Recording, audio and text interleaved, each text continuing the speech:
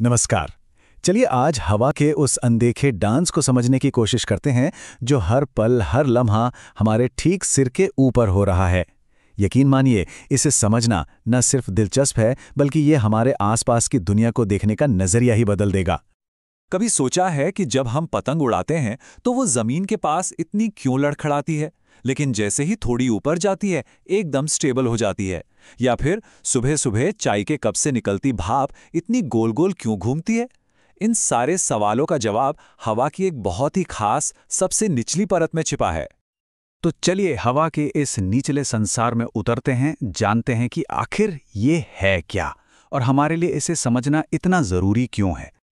इस परत को साइंटिस्ट लोग कहते हैं वायुमंडलीय सीमा परत या फिर एटमॉस्फेरिक बाउंड्री लेयर, जिसे हम शॉर्ट में एबीएल कहेंगे।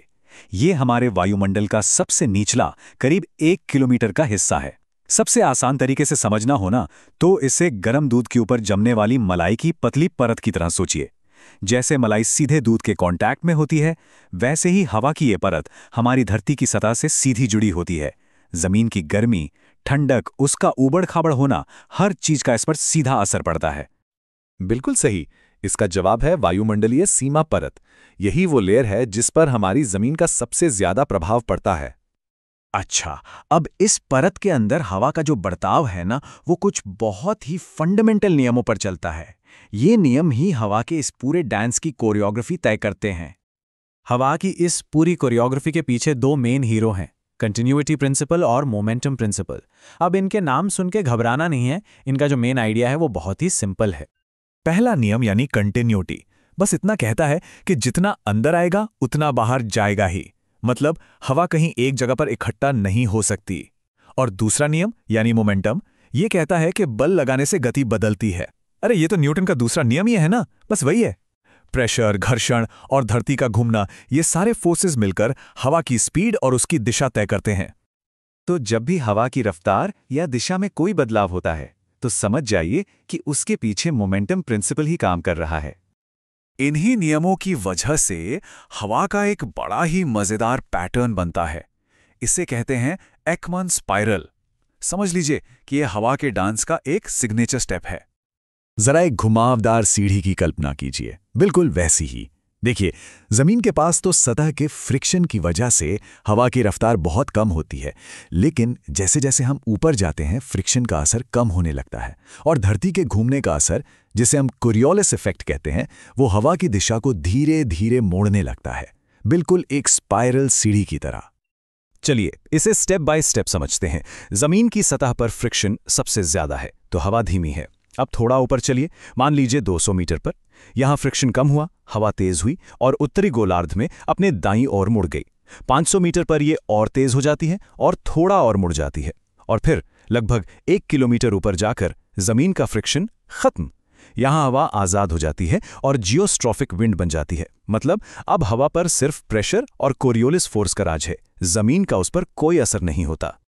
तो ऊंचाई के साथ हवा की दिशा में बनने वाले इसी शानदार घुमावदार पैटर्न को एकमन स्पाइरल कहते हैं। चलिए अब हवा की रफ्तार और इसके एक और बड़े मजेदार पहलू पर नजर डालते हैं, जिसे कहते हैं अशांति या टर्ब्यूलेंस। देखो, इंजीनियर्स हवा की स्पीड का अंदाजा लगाने के लिए दो मेन नियम इस्तेमाल करते हैं। लॉग लॉ, जो कि थ्योरी पर आधारित है, वो जमीन के बहुत नजदीक के लिए एकदम सटीक है। वहीं दूसरी तरफ है पावर लॉ, जो एक्सपीरियंस और डेटा के आधार पर बना है। ये पूरी बाउंड्री लेयर में हवा की स्पीड का एक अच्छा खासा अनुमान दे देता है। प्रैक्टिकल काम के लिए ये बहुत जरूरी है क्योंकि असल समीकरण तो बहुत मुश्किल होते हैं। और टर्ब्यूलेंस, ये शब्द तो सुना ही होगा। इसका सीधा सा मतलब है हवा में बनने वाले छोटे बड़े भंवर। बिल्कुल वैसे ही जैसे चाय में दूध डालने पर वो कैसे घूमता है या अगरबत्ती का धुआं हवा में कैसे फैलता है। ये भंवर गर्मी, नमी और पोल्यूशन को पूरे वायुमंडल में अच्छी तरह मिलाने का काम करते हैं। और यही वो वजह है कि जमीन के पास हवा हमें इतनी उथल-पुथल वाली महसूस होती है। इसी वजह से जब हमें पूरी बाउंड्री लेयर में हवा की स्पीड का एक अच्छा खासा अंदाजा लगाना होता है, तो ज्यादातर इंजीनियरिंग के कामों में पावर लॉ ही ज्यादा काम आता है। तो ये सारी बातें सिर्फ किताबी नहीं हैं। मैकेनिकल इंजीनियरिंग में इन सिद्धांतों का सीधा और बहुत बड़ा इस्तेमाल है। यहीं पर थ्योरी और प्रैक्टिकल आकर मिलते हैं।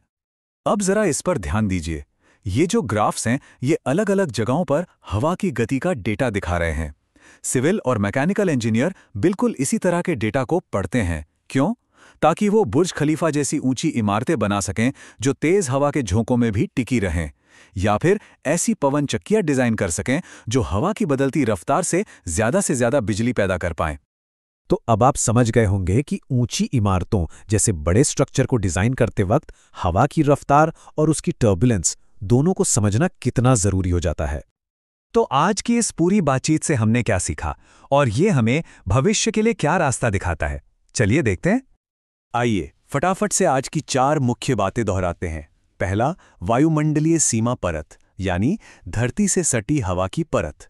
दूसरा, एकमन स्पाइरल यानी ऊंचाई के साथ हवा का घुमावदार पैटर्न। तीसरा, हवा की रफ्तार के लिए वेलोसिटी प्रोफाइल। और चौथा, टर्बुलेंस यानी हवा में वो भंवर जो हर चीज को मिला देते हैं। देखिए, इन सिद्धांतों को समझना सिर्फ एक चैप्टर खत्म करना या एग्जाम पास करने के लिए नहीं है। ये ज्ञान असल में आने वाले कल की टेक्नोलॉजी की नींव रखता है, चाहे वो बेहतर पवन चक्कियां बनाना हो, ड्रोन से सामान डिलीवरी के लिए सुरक्षित रास्ते बनाना हो, या फिर ऐसे शहर बनाना हो जहां पोल्यूशन कम से कम फैले। इन सब के लिए हवा के इस बर्ताव को समझना ही पहला कदम है। तो आखिर में ये एक सवाल मैं आपके लिए छोड़कर जा रहा हूं।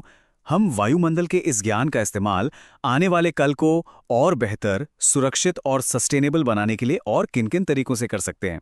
इस पर सोचिएगा जरूर।